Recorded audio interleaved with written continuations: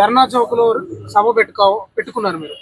ఈ దళిత క్రిస్టియన్లకు మతం మారితే ఎస్సీ హోదా కోల్పోతారనే అంశం గతంలో సుప్రీంకోర్టు చెప్పింది. చాలా సార్లు చెప్పింది. మొన్న అయితే ఆ అంశం ఇప్పటికి మెదులుతూ ఉంది. మీరేమో నిరసన సభలు చేస్తా ఉన్నారు. మీరు ఏం డిమాండ్ చేస్తా ఉన్నారు? ఈ రోజు యొక్క ప్రధానమైనటువంటి ఉద్దేశం ఏంటంటే 1950వ సంవత్సరంలో ఆనాటి పాలకులు రాజ్యాంగ వ్యతిరేకంగా దళిత క్రైస్తవులకు అన్యాయంగా తెచ్చినటువంటి ఆర్డినెన్స్ ఆగస్టు 10వ తారీఖు దాన్ని ఉద్దేశించి ఈ రోజు దళిత క్రైస్తవుల జీవితాలలో చీకటి రోజు కనుక దీనిని నిరసిస్తూ మేము ఈ రోజు ఈ యొక్క దళిత క్రైస్తవ మహా నిరసన సభను ఏర్పాటు చేయడం జరిగింది. అంటే ఈ రోజు ఆగస్టు 10ని చీకటి రోజుగా అభివర్ణిస్తున్నారు. అంటే ఏ రకంగా అభివర్ణిస్తా ఉన్నారు? చీకటి రోజు ఎందుకు అయింది మీకు? భారత రాజ్యాంగము దేశ పౌరులందరికీ సమానమైనటువంటి హక్కులు అవకాశాలు కల్పిస్తుంది. ఇవాళ భారతదేశంలో ఓసీలు క్రైస్తవులు అయినప్పటికీ ఈడబ్ల్యూఎస్ రిజర్వేషన్లు పొందుకోవచ్చు ఫ్రీగా, స్వేచ్ఛగా. అట్లాగే బీసీలు క్రైస్తవులు అయినప్పటికీ ఓబీసీ రిజర్వేషన్లకు అర్హులే. అలాగే ఎస్టీలు క్రైస్తవులు అయినప్పటికీ కూడా ఎస్టీ రిజర్వేషన్లకు ఎస్టీ హోదాకు అర్హులే. కానీ కేవలం ఎస్సీలు మాత్రమే చర్చికి వెళ్తే తమ కులం పోవడం అనేటువంటిది ఇది రాజ్యాంగ వ్యతిరేకమైనటువంటిది. రాజ్యాంగం అందరికీ సమానంగా చూడమని చెప్తుంటే నాటి పాలకులు మాత్రం దళిత క్రైస్తవులకు తీరని అన్యాయం చేశారు, ఆవేదనను మిగిలిచ్చారు. దాని వల్లనే ఈరోజు ఈ దేశంలో ప్రత్యేకించి తెలుగు రాష్ట్రాలలో దళిత క్రైస్తవులు ఆందోళనతో ఉన్నారు, అభద్రతా భావంతో ఉన్నారు, భయంగా గడపాల్సినటువంటి పరిస్థితి ఏర్పడింది. ఇప్పుడు 1950 ఆగస్టు 10న తెచ్చినటువంటి ఆర్డినెన్స్ ఏ సందర్భంలో తెచ్చారు? ఎందుకోసం తెచ్చారు? అసలు అది తేవడంలో ఆ కుట్ర వెనక అవన్నీ కూడా బయటకు రావాల్సినటువంటి అవసరం ఉంది. ఇప్పుడు ప్రత్యేకించి 1950లో ఈ ఆర్డినెన్స్ తెచ్చినప్పుడు కేవలం ఎస్సీలకే ఎందుకు ఆ రకంగా చేశారనేటువంటిది ఆలోచిస్తే ఎస్సీల పట్ల అంటే దళితుల పట్ల నాటి పాలకులకు ఎంత వివక్షత ఉంది అనేటువంటిది మనకు అర్థం అవుతూ ఉంది. అంటే క్రిస్టియానిటీని భారతదేశంలోనికి రానియకుండా ఇది అడ్డుకునే ఆర్డినెన్స్ అనుకోవాలా? ఎందుకంటే దళితులు మాత్రమే ఎక్కువ శాతం క్రిస్టియన్లకు పోతున్నారు కదా ఆ క్రమంలో అప్పట్లో, అందుకే ఆర్డినెన్స్ తేవాల్సి వచ్చిందే. ఇప్పుడు దళితులనే కాదు, ఆ రోజుల్లో అనేక మంది బ్రాహ్మణులు, ఉన్నత వర్గాల వారందరూ కూడా చర్చికి వచ్చారు. మొట్టమొదట ఈ దేశంలో క్రైస్తవ మతాన్ని విశ్వసించింది, క్రైస్తవ మతాన్ని వ్యాప్తి చేసింది బ్రాహ్మణులే. 2 తెలుగు రాష్ట్రాలలో ఆనాడు మొట్టమొదట విదేశాలకు ఒక మిషనరీగా వెళ్ళినటువంటి వ్యక్తి కూడా బ్రాహ్మణ క్రైస్తవుడే. సో అనేక మంది ఉన్నారు. కానీ అగ్రవర్ణాలను, బీసీలను, ఎస్టీలను అందరినీ మినహాయించేశారు. కేవలం ఎస్సీలకు మాత్రమే ఈ రకమైనటువంటి ఆంక్షలు పెట్టడం, అంటే మా గొంతుకే కత్తుగా పెట్టి మేము కదిలితే అది కోసుకొని మెడ తెగిపోయేలాగా చేయడం అనేటువంటిది చాలా దారుణమైనటువంటి విషయము. ఇది అన్యాయకరమైనటువంటిది, రాజ్యాంగ వ్యతిరేకమైనటువంటిది.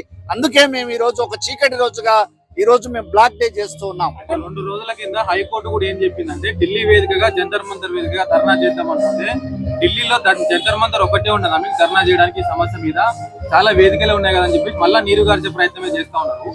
ఈ నిరసనలు, రాస్తారోకులు, ధర్నాలే దీనికి పరిష్కారం అంటారా ఈ సమస్యకు? అంటే ప్రజాస్వామ్య దేశంలో పాలకులను ఒక దారికి తీసుకురావాలంటే ప్రజా ఉద్యమాలు ఒక్కటే తప్పనిసరి మార్గం. సో ఉద్యమాల ద్వారానే ఈ దేశ స్వతంత్ర పోరాటం కూడా ఒక పోరాటం ద్వారానే స్వాతంత్రం సిద్ధించిన విషయం మనకు తెలుసు.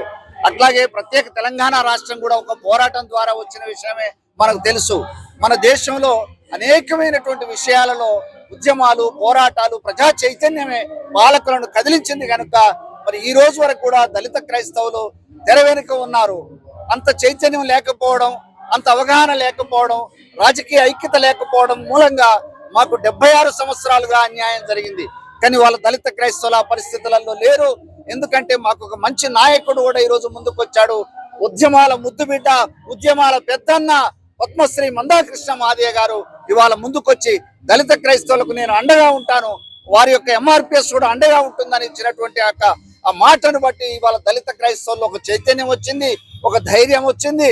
ఉభయ తెలుగు రాష్ట్రాల్లో నుంచి దళిత క్రైస్తవులు ఇవాళ బయటకు వచ్చి ఇలాంటి కార్యక్రమాలు అంటే ఎప్పుడు కూడా స్వార్థ సభలకు, ప్రార్థనా కూడికలకే ఉండేటువంటి దళిత క్రైస్తవులు ఇవాళ ఈ రోజు ఇందిరా పార్క్ వచ్చి నిరసన సభలో కూడా పాల్గొనడం అనేది ఇవాళ ప్రభుత్వాలు అర్థం చేసుకోవాలంటే దళిత క్రైస్తవులలో కూడా చైతన్యం వచ్చింది, రాజకీయ అవగాహన వచ్చింది, సామాజిక ఉద్యమాల పట్ల ఒక అవగాహన వచ్చింది అనేటువంటిది అర్థం చేసుకోవాలి. కొందరు వాదన ఏంటంటే ఇప్పుడు క్రిస్టియన్ల కులాలు వివక్షలు ఉండవు కాబట్టి అక్కడ కులం తీసేస్తా ఉన్నాం, అందుకే క్రిస్టియన్లకు మారిన తర్వాత స్థితిగతులు కానీ కులం ప్రస్తావన ఉండదు, స్థితిగతులు కూడా మారుతాయి, అందుకే వాళ్ళకి ఎస్సీ హోదా ఎందుకు, సంక్షేమ పథకాలు ఎందుకు అనే వాదన వస్తాయి.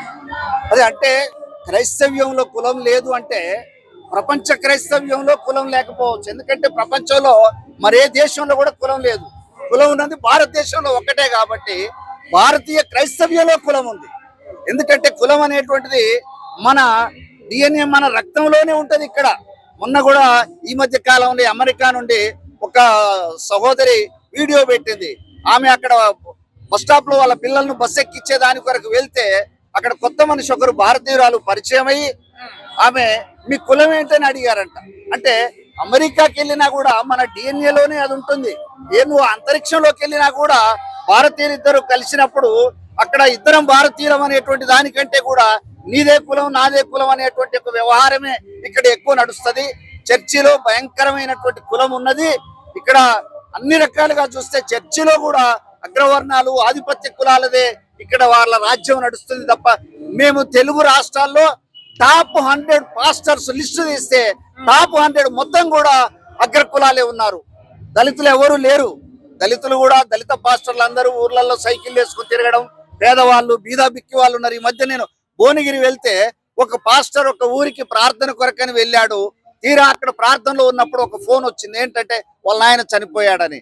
అక్కడి నుండి తను వాళ్ళ ఊరికెళ్ళి వాళ్ళ నాయన శవాన్ని చూసేదాని కొరకు కూడా డబ్బులు లేకపోతే వాళ్ళని వీళ్ళని అడిగితే అప్పుడు ఆయన డబ్బులు ఇస్తే అక్కడికి వెళ్ళిపోయారు, ఊరికి వెళ్ళిపోయారు. అంటే దళిత క్రైస్తవ పాస్టర్ల దుస్థితి అలాగున ఉంది. ఇవాళ మీరు చూస్తున్నటువంటి ఉన్నతమైనటువంటి కార్లు, రంగురంగుల మేడలు, అద్దాల గోడలు, మరి ఖరీదైనటువంటి కార్లు, సూట్లు బూట్లు వేసుకునేది ఎవరు కూడా దళిత క్రైస్తవులు కాదు.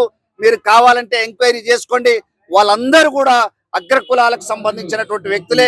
ఇక్కడ కూడా దళితుల శ్రమను, దళితుల కష్టాన్ని వీళ్ళు దశమ భాగాలు కానుకల పేరుతో దోచుకొని సంపన్న వర్గాలు అవుతుందంతా కూడా అగ్ర కులాల వారే అనేటువంటి ఒక విషయాన్ని మీరందరూ అర్థం చేసుకోవాలని సందర్భంగా కోరుతూ ఉన్నాం.